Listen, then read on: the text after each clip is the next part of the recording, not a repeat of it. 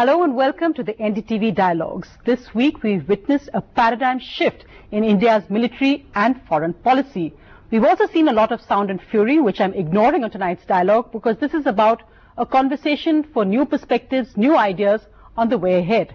That's why joining me tonight are some of India's best strategic thinkers, also some new young voices with fresh ideas. I'm joined by Ambassador Satish Chandra. He's the former Deputy National Security Advisor in the Vajpayee government, also the Dean for National Security and Strategic Studies at the Vivekanand Foundation.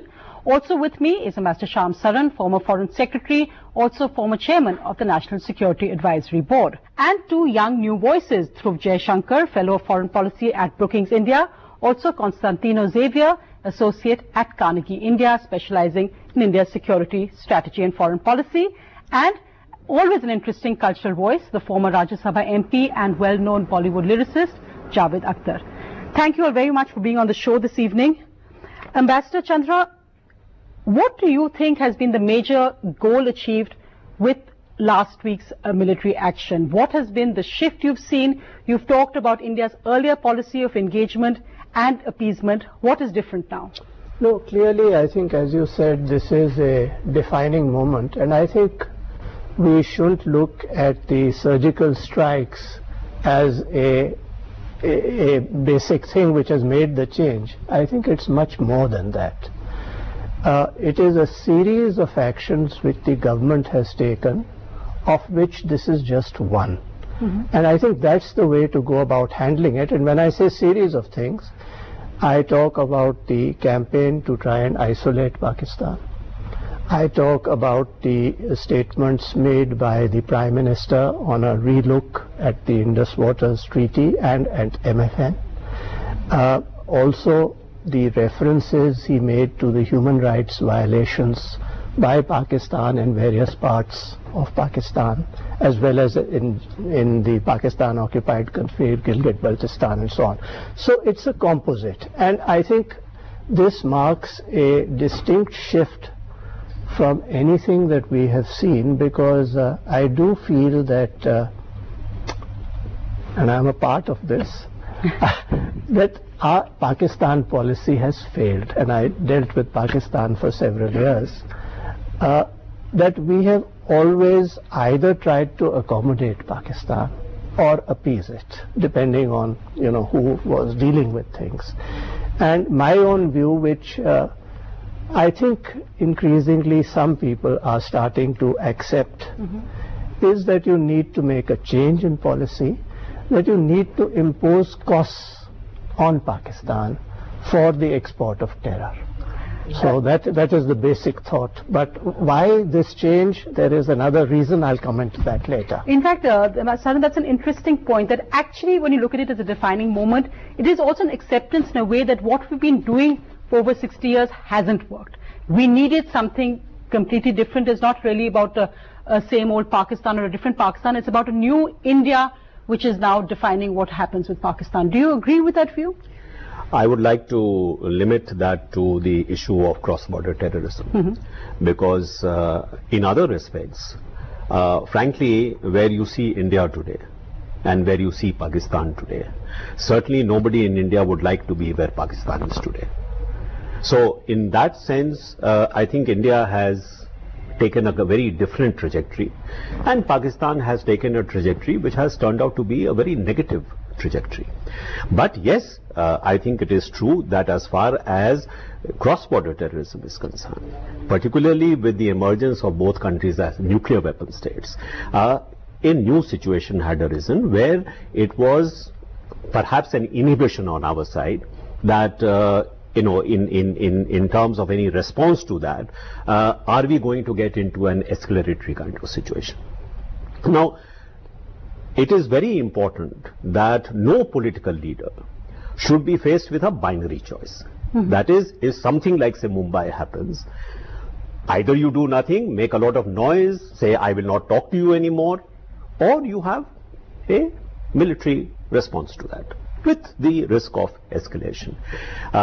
What has changed, I think, is India having found space between these two extremes, not only just in terms of the military strike, but as Ambassador Satish Chandra said, as part and parcel of a complex of different, in a toolkit. You have now several tools that you can utilize in order to influence the strategic calculus in Islamabad. So, in a sense, you have established a new normal. Now, having established a new normal, I think we should not make it abnormal by reacting each time something happens. I think the message has gone through to those who need to have that message, and if you see recent reports, it would appear that the sense of isolation, the sense that the old policies with respect to India are not really working, are not finding resonance in the international community. I think this is to our advantage. Let us not lose that advantage by making too much sound and fury about it. Yeah, exactly. But I want to bring in Javed Akhtar on perhaps some what you said about the new normal, and the point you made also about the old Pakistan policy is now actually history in a way. Javed Saab, when you're looking at what's happening as a citizen of India, as somebody who studied culture, and interestingly, of course, Bollywood has always either romanticized the Indo-Pak equation, either Pakistan is the villain, or maybe like a border kind of movie which you were associated with, or it's like Bajrangi Bhaijaan. So Bollywood also goes between two extremes, something like our politicians do about Pakistan. What do you see as the change now again? I mean, we're living in times where dialogue is almost a bad word when it comes to about Pakistan, but what do you see as the new normal with India-Pakistan? Well, as a matter of fact, I suppose you cannot be indifferent towards your neighbors, whether you dislike them or you like them. You have to react, and that to a great extent depends on their attitude. I won't say that this is a new India. I'll say that India had read its data. We have been tolerating, we have been trying to reason out things, but obviously one had to draw a line somewhere.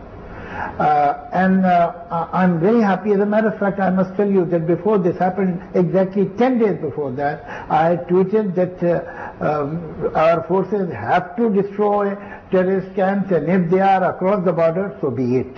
And so many of my friends send me messages that your wish is fulfilled by Indian Army. But it was overdue.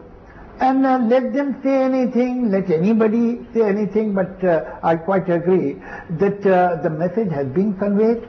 They cannot go scot-free every time. And it was surgical, it should remain surgical.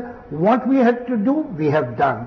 Again, if something of this sort will happen, and of this magnitude will happen, like in Uri, it will be done again. That should be clear to them. And as far as the policy is concerned, yes, it has become a little more proactive. I suppose 5 years back we did not talk about Balochistan. Today we are. But somehow, sometimes we have to pay them in their own coins. So it was inevitable. It was inevitable, and I think India has taken enough.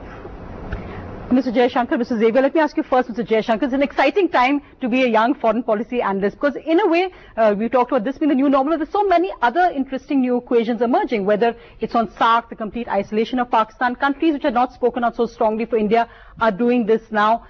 Is it a confluence of interesting circumstances? Globally, the tolerance level for terrorism is going down. Is it also about India's emerging strength as compared to Pakistan, which is on a downward trajectory? And in that sense, do you think that they were all coincided, or was part of perhaps much more complex planning to make sure that there is a kind of pincer approach really in dealing with Pakistan, whether it's economically, militarily, and diplomatically? Well, in some ways, if one were to look at this as a contemporary historian, there are many reasons, that one can point to developments taking place that at the individual level, at the bureaucratic level, at the political level, but also at the structural level. And I think we're seeing both at play. I mean, it's an interesting counterfactual. If a different government was in place, would it have done exactly the same thing?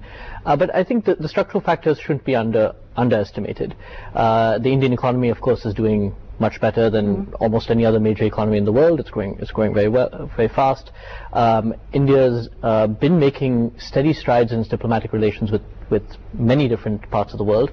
I'd say three kinds of relationships in this particular context are very important. One is the US, where we're seeing a steady shift in US rhetoric towards India-Pakistan crises and tensions, slowly in some ways backing or at least more in line with what India would desire. Of course, the US still has great equities with Pakistan, and I think those can't be ignored, but we have seen a steady move in that direction. The second, and I think for this we have to give Prime Minister Modi considerable credit, is the Gulf Arab states, where he has made extraordinary efforts to reach out to them in the last 2 years. And the UAE Crown Prince as Republic Day chief guest at this exactly. time. Saudi Arabia, Qatar, and we saw after the Uri attacks that they unequivocally condemned those attacks, and again I think this is quite a change. The third is actually in the region, as you mentioned. I think Afghanistan is one of them. We had President Ghani, who previously had tried to broker a new normal with Pakistan, and I think that is now in tatters. But also you can see how the investment in India's relations with other neighbors, Bangladesh, Sri Lanka, even Nepal, have started to pay off in this respect. So, if you look at these relationships, I think you see an increasingly isolated Pakistan. On the other hand, I think we're seeing China playing a more active role defending Pakistan, sometimes putting its own neck out there to its own embarrassment, and to a lesser degree I think Russia is a cause for concern, and I think the reported exercises between Russia and Pakistan I think are something we should be watching quite carefully.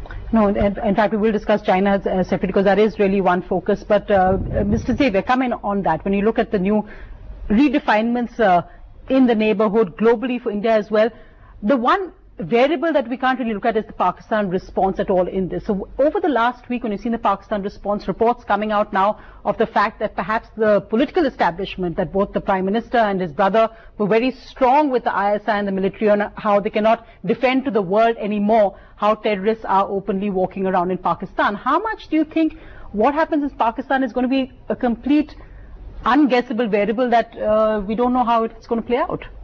I mean, on this specific issue, I think the most interesting development is this larger strategic package, if you want, beyond just the strikes, which Ambassador Satish Chandra mentioned, have really, in some ways, I think, possibly, according to the reports today, changed the dynamics domestically in Pakistan. And that's, in a sense, the largest strategic possible effect which India can desire, that the civil-military imbalance, if you want, in Pakistan may suffer from this and may create some resentment and discontent within the civilian establishment, the Prime Minister. But let me just focus on the previous issue, which I think there's two very interesting stories here. One is, for years and decades, India has suffered and bled at the hands of terror from Pakistan. And that has, often been ignored by Western countries. I remember 10 years ago, I was here in Delhi, the European Union refused to condemn simple attacks which were obviously emanating from Pakistan, and instead would send its ambassadors to Kashmir for the Indian Kashmir to human rights inspections and sort of speak that language and see what India is doing there. That was the business of Western countries on Kashmir and India, Pakistan. That has changed fundamentally. These days, the US and the European Union are not shying away from condemning these terror attacks. The Parliament issued a statement. Establishing a link with Pakistan, which is quite clear, even if implicit. But the other story, which is also quite interesting, I think, is India's confidence to sort of, instead of just assuming it will be understood and all countries will understand its reaction, actually reaching out to these various countries, playing the diplomatic game, calling over close to 30 envoys here in New Delhi for a briefing on the next day after the attacks, cultivating them and explaining what the reasoning was behind this attack and why this is an important step. Ambassador Chandra, the China factor, if we can bring it in, because really in that sense it is still the only major country which is reaching out to Pakistan in terms of its global isolation, and the fact that in a way, it's something like how the US ignored China's human rights record because they needed China for business. India may be moving into that position much more. But the fact of China investment in POK, China needs to guard its own investments. How will that play out in the Pakistan variable? And how would you see the Pakistan reaction now, especially with this whole civil-military tension, perhaps?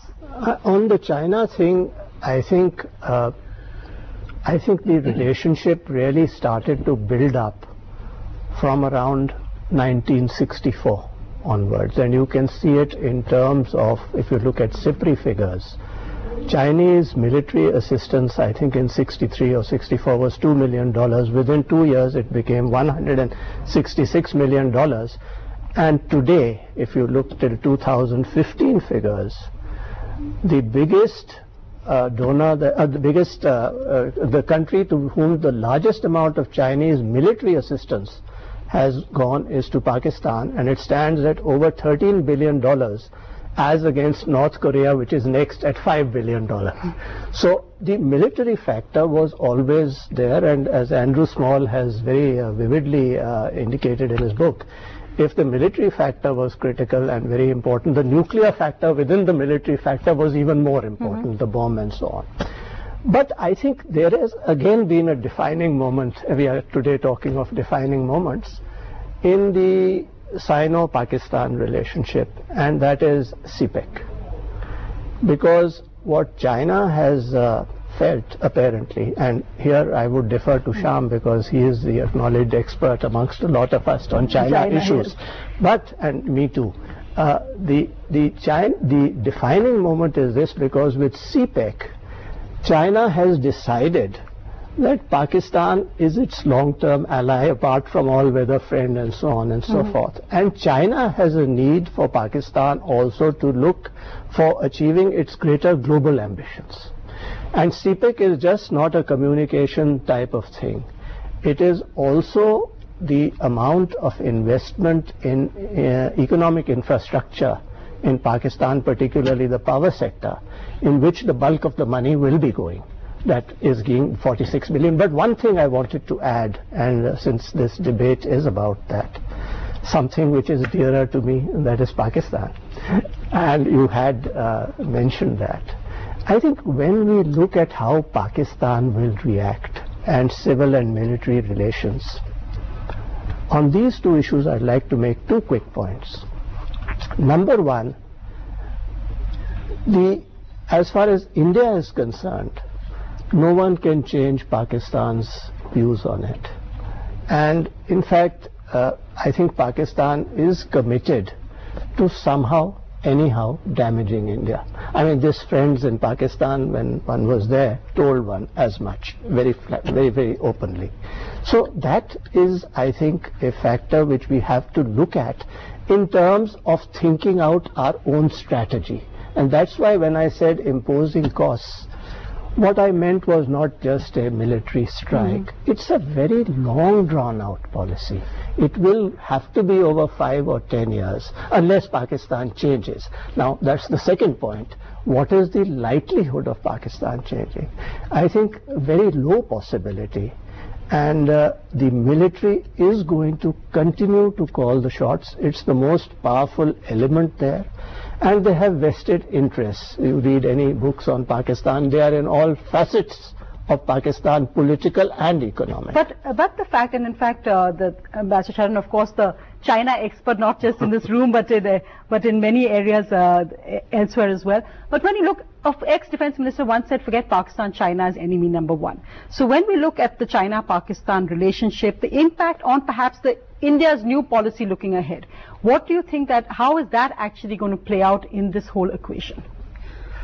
Two things. One is that there is no doubt that China-Pakistan relations have acquired a dimension which goes beyond using Pakistan merely as a proxy against India. So Pakistan is not only a long-term ally against India, but it has acquired a important position with respect to what Ambassador Satish Chandra said, China's regional strategy as well as its global strategy. Because the One Belt, One Road initiative is not just an economic initiative.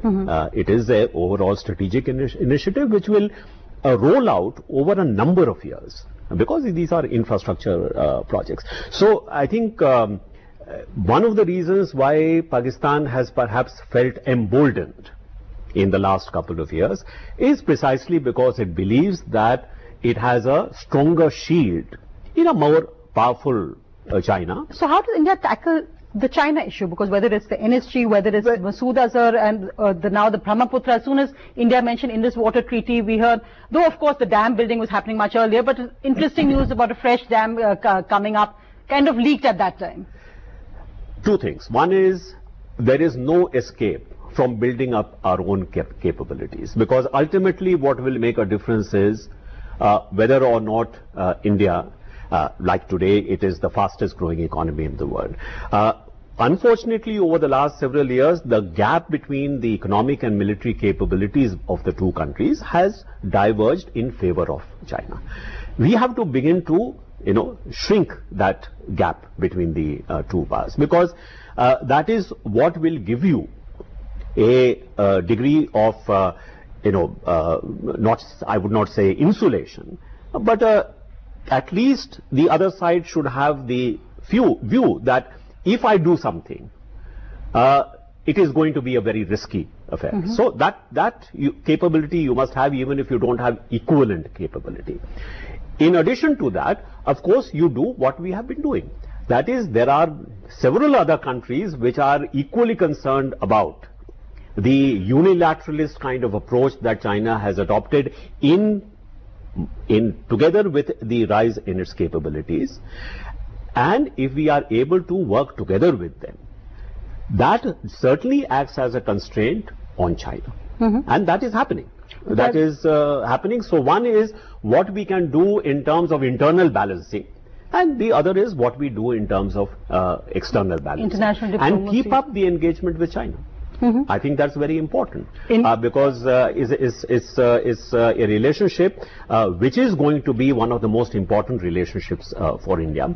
And if we can keep that engagement going even while we confront China on issues which are threatening to us, I think that is the best way in keeping the managing the relationship in a sense. No, yeah, that is of course the art of war, or the art of diplomacy, as it in so many ways extremely similar. So it's very good to have the BRICS summit and have Xi Jinping come here. Exactly. So, and Pakistan not part of that summit again, interestingly, so good for India. There's such a huge constituency here who are fans of a young Pakistani actor, Fawad Khan, the heartthrob here for many Indians, and the same way across the border. So many young Pakistanis who watch Shah Rukh Khan, Salman Khan and various other Hindi film stars.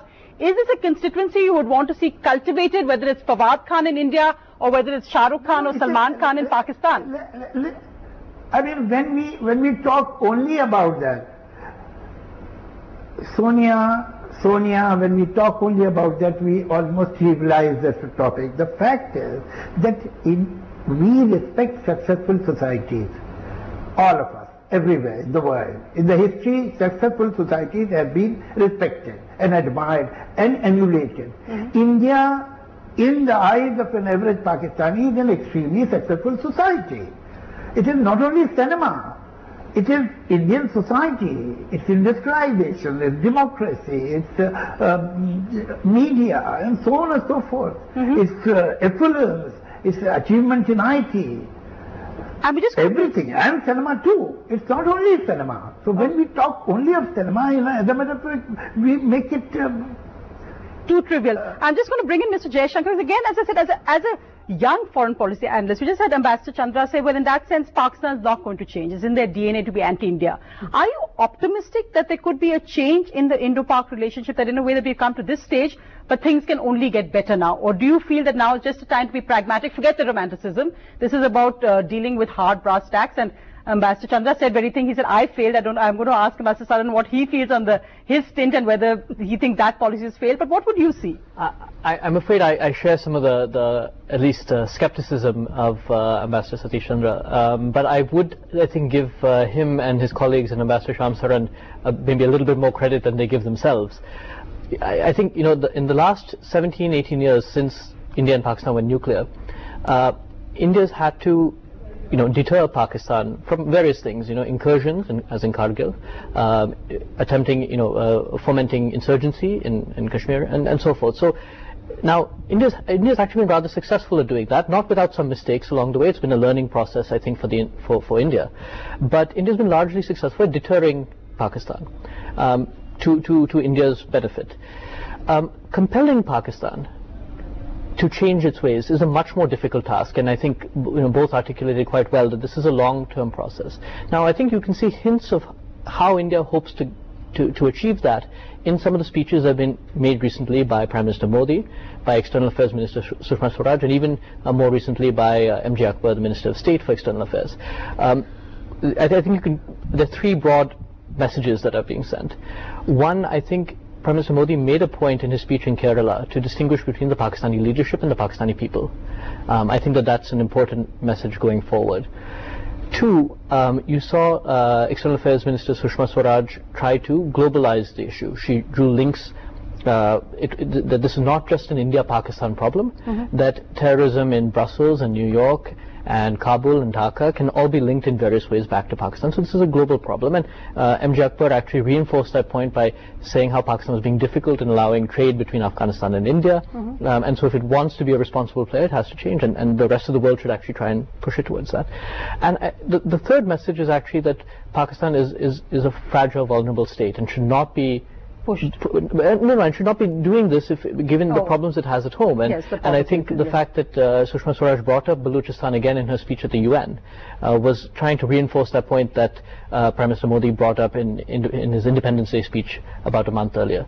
So I think these are the broad messages that I think India is trying to send, both to Pakistan and to the international community. And we can only hope that this, coupled with diplomacy and some military action, can actually help, coerce Pakistan into changing what has been a long-standing policy on their part of supporting cross-border terrorism. Mr. Ziva, will it be possible to actually, with this differentiation which in India the Prime Minister, etc., have made between the government and its people, and this belief that the government is acting in a way or the military is acting in a way which the people don't want, would that be possible when we look at policy onwards? How realistic do you see that as emerging? So we can't guess what Rawalpindi is thinking and how they will really react to these various, unprecedented signals, and I would say in many ways isolation of Pakistan on the global stage. But if they do, they should look at one very clear indicator, which is a larger issue of regional neighborhood and the SARC summit cancellation. I mean, it's quite unprecedented, and I'll defer to the elephant-like memory of the Indian Foreign Service, who will know how to correct me if this is unprecedented, but at least rare, that all small states, all of the 7 states in the region and SARC members have really sided implicitly or explicitly with India on this issue and have said, in an environment of regional insecurity, when one state is actively boycotting another state through terror, there are no conditions to speak about regional cooperation and integration. So on that sense, I think that should be seen as a very clear signal in Pakistan that all states, just yesterday's Prime Minister Ranil Wickremesinghe of Sri Lanka yesterday made a very clear distinction between states which are actively committed to connectivity, integration, cooperation in a peaceful environment, and other states which are actively disinterested in actually boycotting any type of such cooperative behavior. And in saying in many ways, and I think he actually was quoted as saying that even if SARC collapses, cross-border terror will continue. It's not linked, and SARC will not be a solution for that. So I think those are very worrisome signals for Pakistan that for the first time, or at least in a long time, all these small states are actually siding with India, and which I think will also encourage in many ways Prime Minister Modi in his neighborhood policy to pursue a track 2 of sort of a second track, a parallel track beyond SARC of regional integration, which will be composed at the bilateral level of investing in connectivity with the neighborhood, whether it's Nepal, Sri Lanka, Bangladesh. The projects are going on at an unprecedented speed in terms of connectivity. At the trilateral or minilateral level, sort of in groups of 3 and 4, countries can work together. And finally, a very strong focus on the east, and so we're focusing South Asia and the regional integration sort of towards the east, towards Myanmar and Southeast Asia, instead of looking west, which is actively blocked by Pakistan. In fact, Ambassador Chandra, if I could just bring you in that interesting bit you started the program with, saying that I accept that I was part of that failure perhaps in the way the Pakistan policy has been so far. Has one of the defining changes really been about Prime Minister Modi? And I'm not just talking about the party he belongs to, but even Prime Minister Modi as an individual and the leadership he had. A style very much his own, very different from Prime Minister Vajpayee, very different, of course, from Prime Minister Manmohan Singh. But do you think that also is a defining moment in perhaps India's political system? Because at the end, it is the political leadership where the buck will stop. And you talk a lot about muscular foreign policy. Is that kind of linked to this whole... I think you're right, absolutely right, that he is a Prime Minister out of the mold of the last 3 or 4 Prime Ministers that we've had. He is extremely bold in what he does. He doesn't go just by the book or what is defined. And really on the Pakistan... By the Foreign Service or by anybody. By anybody. He has his own... He listens. But I think, look at the things he did. And he really, on Pakistan, he cannot be faulted.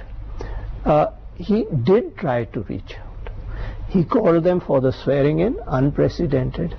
The 25th December visit, suddenly, out of the blue, unprecedented. But much criticized as well. No, I am trying to make the point that he is bored.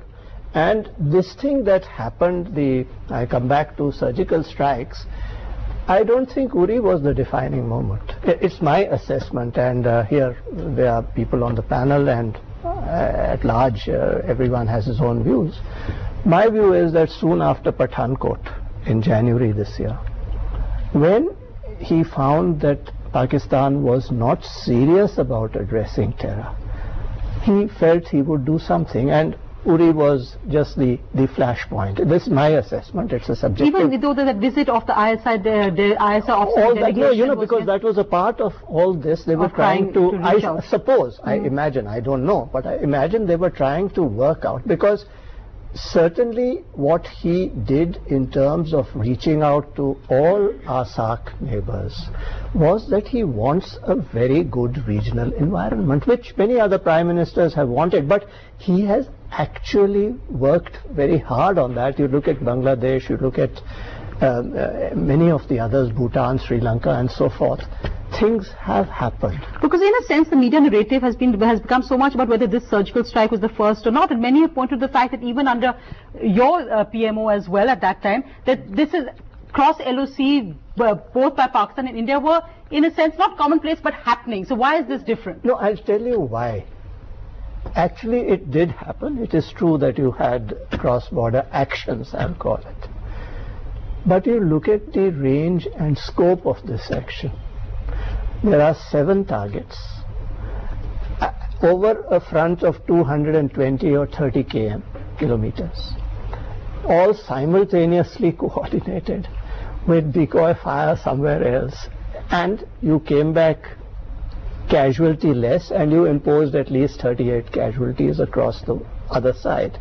And this was, I think, very carefully, I must say, whoever designed this did a good job, because it was carefully calibrated where and whom they were hitting. They were hitting the terrorists. So in that sense, the scale of this operation was quite different from what happened earlier. I know that this has been happening.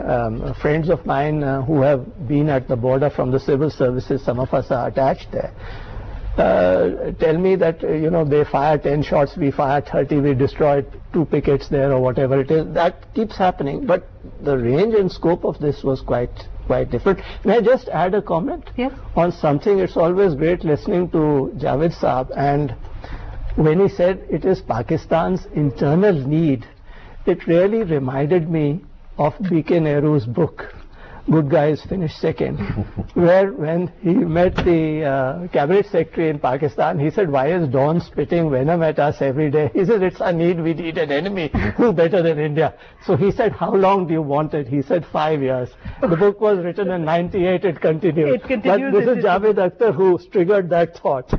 But Ambassador, let me ask you that, do you think in that sense, do you think you were part of a failed Pakistan policy as well? You mentioned that bit about the fear that India had always had, that now we have nuclear states, so what if Pakistan goes rogue and we can't trigger off a nuclear confrontation, which perhaps held our hands on how far we could actually go. In this debate, and some of the, as I said, the focus on this surgical strike being the be-all and end-all of this, or being a major achievement, how would you see it in your perspective? I think it's bigger than that, because I think every leader has had at least the desire for this grand reconciliation between two, sort of siblings who have drawn apart. Prime Minister Singh never made it to Pakistan, his birth village. We had Mr. Vajpayee before that. Even you could say that Mrs. Indira Gandhi, after the Bangladesh war, also reached out in a sense. I think what has happened today is that, and even as Ambassador Satish Chandra pointed out, even Mr. Modi started by reaching out, by taking political risks himself. As you said, I mean, there was opposition to what he was doing, but being the bold leader that he is, he certainly also, I think, reached out through some of these gestures. I think we have to recognize that India-Pakistan relations are essentially adversarial relations and are likely to remain adversarial for a considerable period of time. So what is the objective of diplomacy? What is the objective of state policy towards Pakistan? It is how you can manage that adversarial relationship in a manner that it does not lead to the escalation and the conflict that we have been talking about, but at the same time protects your equities. That is really what factored in enough in this. So this is why I said this particular operation is important, because it is very carefully calibrated. It is not exactly what has been happening before. So it is higher in scale. It is a operation which has also, for the first time, been acknowledged publicly. So we must not forget that there is a domestic constituency which has to be assuaged in some sense. Do you think it should have been acknowledged publicly? Because do you think it should have been acknowledged publicly? Yes, I think there was a need to reply to those who have actually been very frustrated with the kind of policy that we have had, or what they thought was the policy we have had so far. So that aspect I have no problem with. But as I said, having established a new normal, you should move on. And in terms of the future, do you need to give Pakistan a face saver? Because that's also one element. I think it is always good policy to leave some space, some escape route. And I think we should not look at the relationship between India and Pakistan as something which is a final chapter. I think we should look to the future, because I think every Indian leader has recognized that if really India wants to emerge as a major regional power, as a major global power, unless it is able to really manage its own neighborhood well, there will always be a constraint. So managing the relationship between India and Pakistan, at least to the extent that even if it is not a friendly relationship, it is at least something of a normal relationship. And in that context, I would also say, drawing upon what the Prime Minister said in Kerala, we must not make the mistake of trying to close our doors.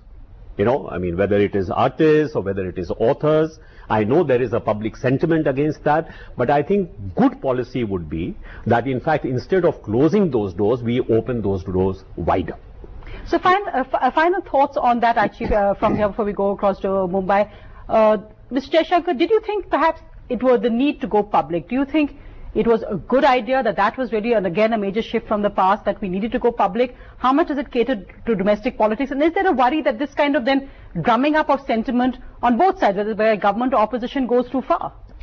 I mean, there's always a concern about that. Once you issue a message, how that message will be heard on the other side of the border, how it will be received on this side of the border. And the messaging went a bit awry over the last few days as well. I think some of that had to do with the dynamics of social media. I think some of that was out. If you look at the actual statements issued by the government, they were quite measured. They were deliberately ambiguous in many cases. So I think sometimes it's hard to control that message after the fact. But I think if you look at the DGMO statement, it was a very measured statement. I think there was I would completely agree that there was a need to go public with it at the time. Not going public with it would have not had the effect that it did, either signaling to Pakistan, to the international community, and to domestic audiences as well. Of course, it had to be done in a manner that was calibrated to ensure that, to basically minimize the risk of escalation. It also had to be done in a manner that, of course, sent a message to the Pakistani side. And despite their denials, I think some of the reports that seem to be coming out of this suggest that a message was received. So in that sense, it was successful. I do want to touch upon a point that was raised earlier, which I think you suggested that the Prime Minister's first 2 years of reaching out and engaging with Pakistan was sending mixed messages. We've now seen a reversal. But I think had he not done that, had he not created that diplomatic space in the first 2 years, he would not be able to do what he's doing now without possibly invoking concerns in other capitals that he was in fact being aggressive and unduly so, and that would risk inviting intervention from third parties, which India does not want and should not want. So I think in some ways spending those first few years trying to show that a best effort in reaching out to Pakistan and Indian good faith in doing so, his good faith, was perhaps necessary for what we may now see in the foreseeable future. Interestingly, of course, the focus now on social media, as you mentioned, and of course the White House petition as well, which has got a record number of signatures for White House petition saying declare Pakistan a terrorist state. Is that a move, or is that a way you think India should now go forward on, or do you think in a sense, as Ambassador Shyam Saran said, that we need now to have some negotiating rooms, some doors open? It's not just about looking at what domestic constituencies or what the cry may be for action taken against Pakistan, or do you think it's actually a viable option on the table? I mean, I think the time is, and will be understood in Delhi, is a time to step back and see. I think the cards have been played very well. And now the ball is in Pakistan's court, whether to escalate, whether to try to cultivate other great powers, which obviously has not succeeded from what we hear over the last days, or alternatively reach out to India and try to craft some type of agreement. Now, I mean, there's two levels which have been discussed a lot here in Delhi over the last years, last days. One is obviously how important, how different was this operation in its tactical dimension? Was it so different from what happened under the Vajpayee years, for example? The second level is being, I mean, how is this part of a larger... He says yes, and he was there. Yeah. It is, but I mean, it's a very difficult debate to have, and some people have argued on both sides, and there may have been something new. On the strategic package side, at the second level, how has it been packaged over the last 10 months, which I think Ambassador Chandra mentioned also. Uri is only a smaller piece in this larger diplomatic strategic game which India has prepared, I think, quite carefully over the last 6 to 10 months. The Baluchistan, raising the Baluchistan issue is part of that, reaching out to the US before, during the operation, afterwards. But the most interesting level, I think, which speaks, I mean, to a lot of continuity, I think, in Indian foreign policy, which Ambassador Shyam Saran has, I think, mentioned several times, but changing circumstances, is that the US today has less than 10,000 men on the ground in Afghanistan. It had 140,000, up to 140,000 a few years back. So the impatience in Washington on Pakistan is rising tremendously. And that is changing the nature of this game, and I think putting a lot of more pressure on Pakistan and bringing Delhi and Washington much closer than they were before on Pakistan and Afghanistan. Similarly, you would assume China is all gung-ho about being in Pakistan, depending on working on its China-Pakistan economic corridor. But there are also important signals from Beijing that this may become a liability for Pakistan. Siding with Pakistan on terror issues which have UN support is a dangerous game, which I think even China understands. And if you see, I mean, the Indian government coming out with strong statements over the last week saying that we have a lot of differences, India and China, but we expect a natural commitment from the Chinese to support us on clear issues of terror, which are global and should be quite consensual. And which impact China as well. No, of course, but final thoughts, as I said, I'll leave with the strategic outsider, in a sense, Javed Saab tonight. Javed Saab, I'd asked earlier about the cultural metaphors which are emerging over this. I mean, I won't call it anything like a victory or anything of that sort, but it's a very important moment in India's military and foreign policy. Yes, Sonia. Since this whole conversation has started after a surgical strike, let's be surgical about it. I'll bring one fact to the attention of this panel. In last Pakistani election, every political party of Pakistan had in their manifesto that we will develop good relations with India. Nobody said that we'll be hostile. We will take Kashmir, or we will enter and do this. They were doves. All of them were doves in their manifestos. What for? Why? Why each party was claiming that we'll have better relations with India? The answer is simple. This is what an average person in Pakistan wants. But when they came into power, and when they are in power, obviously they are behaving in a different manner. So we have to understand that there is some kind of a gap between the intentions and ambitions of powers that be and the desires and dreams of the common man. There is a gap. Now our cultural policies, our attitude towards cinema or artists or singers or painters should be such which will increase this schism, not decrease it. That is important, and that will be sensible on our part. One. Now let's come back to that question that you wanted to have some chatpata jawab. So I'll give you. The fact is that whenever Indian Army or any army goes and at the cost of the risk of their life they do something, the present government always gets the credit. The Siddhani got the credit. So it is inevitable that present government today, led by Mr. Modi, will also get some credit. And that is also understandable that rest of the people, rest of the political parties will resent it to some extent. But I suppose at the moment we should not think about things because they are bigger matters and more important issues in front of us.